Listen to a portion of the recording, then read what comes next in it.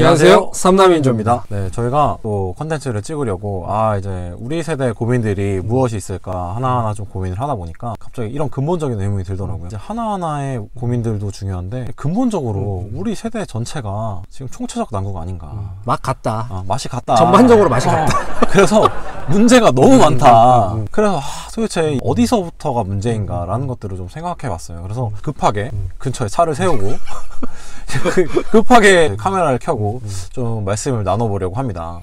제가 미국에서 나온 책을 봤는데 8090 세대죠. 우리나라로 치면 뭐 2030 그렇죠. 세대들이 가장 높은 수준의 교육을 받았음에도 불구하고 그 부모 세대, 심지어 그 조부모 세대보다도 빈하게 살더라. 뭐 이런 얘기가 있더라고요. 이게 실제로 우리는 고등교육을 받으면서도 아주 치열한 경쟁 속에 자라온 세대란 말이죠. 그렇죠. 근데 뭐 입시부터 시작해서 뭐 온갖 경쟁이란 경쟁은 다 겪고 그 경쟁의 끝에는 달콤한 과실이 있을 것이다 라는 이 말만 듣고 왔는데 와보니 이 총체적으로 준 거야. 중고등학교 때 야 너네 수능만 끝나면 좋은 대학 가면 뭐 있을 거야. 근데 또 대학교 왔더니만 아프니까 청춘이래. 대학교 왔더니만 그러고 나서 그래갖고 뭐 어떻게 했더니만 우리는 아프기만 해야 되냐 이 말인 거죠. 자, 그렇게 우리가 또 열심히 했죠. 뭐 좋은 스펙을 얻기 위해서 최선을 다했죠. 또 놀진 않았어요. 맞아. 굉장히 빡세게 했어요. 이제 그러면 돈을 벌고 직장을 잡기가 수월하느냐? 아니요, 전혀 수월하지가 않은 거예요. 우리 후배 막말로 좋은 학교 나왔어요. 좋은 학교 나와서 스펙도 들어보면 와 정말 기가 막혀요. 뭐 학점 4점에 뭐 온갖 공모전 다 수상하고 인턴도 뭐 동아리 회장하고 좋은 데서 하고 회장하고 걔가 60개 70개를 써도 한 개가 들똥말똥. 그래서 이번에는 결국 취업 재수한다. 진짜 이해가 안 되더라고. 이 친구는 정말 이 쭉 나래 비례해서 보면 정말 상위권의 지원자예요. 그럼에도 불구하고 이렇게 힘들다면 우리나라 전체 취업 시장은 지금 끝났다라고 봐야 되는 거죠. 완전히 다고 봐야 되고. 자, 취업이 안 되면 이 내 마음에 여유가 있겠어요? 취업이 안 되면 나는 연애도 못 하는 거예요. 맞아. 내 마음에 복간이 차 있어야 다른 사람한테 이걸 베풀어 줄 수 있는 건데 그럴 수가 없게 되는 거야. 나는 나 한 몸 살기도 지금 빡센 거야. 그러니까 연애도 잘 안 하게 되는 거고, 이 대한민국 사회에서 연애라는 키워드가 굉장히 이제 어려운 아이템 중에 하나로, 일본하고 비슷하죠. 이제 뭐 사토리 세대들 뭐 다 그냥 집에 혼자 있는다잖아요. 그게 자기들한테 훨씬 편하니까. 그치. 사실 말한 대로 연애 같은 경우도 돈 많이 들잖아요. 막 취업 준비를 하는 입장에서 언제까지 나이도 그렇게 먹었는데 부모님 손 벌리기도 어렵고 이 경제적으로도 힘들고 심적으로도 힘들기 때문에 어떤 연애라는 것들은 하나의 좀 사치로 느껴지고 그러니까 연애가 어려운 게 아니라 연애를 못하는 지경에 이르렀다. 연애도 어떻게 보면 사치제다. 연애를 잘 못하게 되면 당연히 결혼도 잘 못하게 되는 거죠. 맞아요. 아니 뭐 만나는 사람이 있어야 결혼을 할 거 아니야. 근데 여기서 또 웃긴 게 만나는 사람이 있어도 결혼을 못해요. 그 뭐 이유는 저희 예전에 저희 영상 중에 우리 또 진희 씨가 울분을 토하면서 울분을 막 토하면서 그쵸. 얘기한 게 있다고. 네. 저희 여기 위에 보시면은 나오겠지만 그 영상은 좀 남자 입장에서 말씀을 드린 거지만 여성분들도 사실 뭐랄까 결혼을 하면서 최소한 결혼도 행복하게 살자고 하는 건데 본인의 어떤 생활 수준이 유지는 돼야 이 결혼을 할 거잖아요. 근데 결혼을 하면 집의 문제라든지 직장까지의 위치라든지 뭐 생활비라든지 이런 것들이 유지가 안 되는 거죠. 어떻게 보면 왜냐? 집이 너무 비싸니까 뭐 예를 들면 강남에 직장이 있어서 강남에 그냥 원룸 얻어서 살 때는 직장까지 뭐 30분도 안 걸려서 갔는데 이 집을 하나 얻으려고 그러면은 뭐 경기도까지 나가야 돼. 그러면은 왕복 2시간이 걸려. 그러면 이 삶의 질 확 떨어지잖아요. 이런 하나하나의 것들이 결혼 자체를 어렵게 만든다. 내 생각에도 그래. 그럴 것 같으면 결혼을 왜 하겠어요? 이것도 보시면 뭐 단칸방에서 시작을 하고 어쩌고 또 얘기를 하실 것 같은데 그거는 좀 전 다른 얘기라고 생각을 해요. 그렇게 하면서까지 왜 해야 되느냐가 사실은 메인인 거거든요. 자, 그러면 우리가 여러저러 이유로 결혼을 또 못했어요. 결혼을 못하는데 당연히 출산도 안 하겠죠. 그렇죠. 저 같은 경우는 자 너무 사랑을 하고 그리고 제 나름대로는 여러 가지 생각으로 이제 애를 낳았어요. 애를 낳고 나서 보니까 왜 애를 안 낳는지를 솔직히 말하면 좀 알겠어요. 왜냐하면 자 우리 애가 이제 태어났어요. 애가 태어나는데 들어가는 비용도 사실은 굉장합니다. 출산과 관련된 비용은 직장보험에서 커버가 안 됩니다. 그럼 생으로 그냥 의료보험에 따라서 이제 비용을 지불을 해야 되고 자 그래서 결국 딱 태어났죠. 요새는 제 선배들한테 얘기 들어보니까 태어나자마자 어린이집 신청을 넣어놔야 된다 하더라고. 그래서 넣었어. 근데 얘기 들어보니까 제가 사는 동네에서 최소 5살은 돼야 애가 국공립 어린이집 순번을 받을 수가 있다 하더라고. 그럼 5년 동안 어떻게 되는 거야? 저희 아내는 집에서 계속 애만 봐야 되는 거예요. 그렇네. 그러니까 심지어 저는 뭐 아내가 집에서 애를 봐줌에도 불구하고 이렇게 어려운데 맞벌이를 하시는 분들 와. 이런 분들은 정말 사태가 최악이 되는 거예요. 물론 맞벌이를 하면 저보다 순번이 조금 빠를 수는 있겠습니다만 그렇다고 해서 뭐 애가 뭐 3살 되자마자 바로 넣어주느냐? 절대 안 넣어줘요. 빨리 들어가려면 맞벌이에 셋째 애가 태어나면 바로 들어간다 하더라고. 근데 이런 세상에서 어떻게 애를 셋까지 낳냐고. 이게 정말로 총체적인 난국이고 이 악순환의 고리인 게 사실 어린이집 이런 것들 좋은 직장에는 있잖아요. 그죠. 네, 아주 좋은 직장에는 있죠. 근데 일단 직장에 취업을 못하지. 또 양질의 직장이 부족하지. 또 직장에서의 일자리 수 부족하지 하니까 애를 맡길 공간을 가진 사람들도 극소수의 양질의 직장에서 일을 하시는 분들밖에 없는 거예요. 이게 또 교육이랑 연관되죠.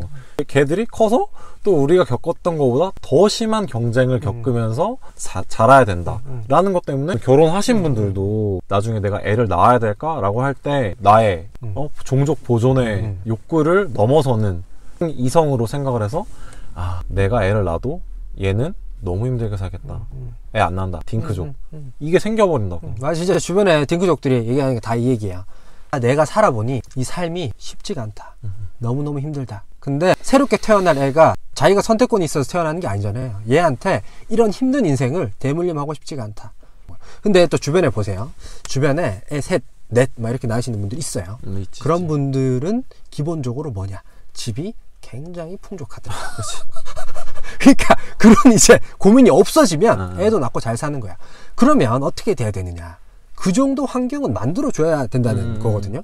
이렇게 좀 우리가 애도 낳고 종족 번식에 종족 번식이라 하면 되나? 종족 보존? 종족 보존의 욕구를 이제 지키고 이러려면 자 어느 정도 풍족한 집안을 만들어야 된단 말이죠. 저도 솔직히 이번에 다짐했어요. 둘째는 내 상황이 확 달라지지 않으면 좀 쉽지 않겠다. 아니, 확 현실적으로 갑자기 현실적으로 확 우리가 취업이 힘들어졌으니까 일단 기본적인 근로소득 자체를 얻기가 쉽지가 않죠. 그러면 근로소득만으로 내 삶이 풍족해지느냐? 그러지가 않단 말이에요. 자본소득이 성장하는 속도가 근로소득을 앞지른 지가 지금 뭐 한 세월이야. 엄청 오래됐어요. 빚내서 어디 뭐 부동산 사는 사람들이 뭐 몇 년을 진짜 부지런히 일만 하시는 분들보다 훨씬 부자가 되잖아요. 그러면 자 우리가 뭔가 재테크도 하고 투자도 하고 해야 되는데 부동산을 투자를 하려고 보니 이제는 또 늦었단 말이죠. 그쵸. 뭐 이미 자본소득을 얻어야 되겠다고 생각을 한 순간 이미 늦어버렸다.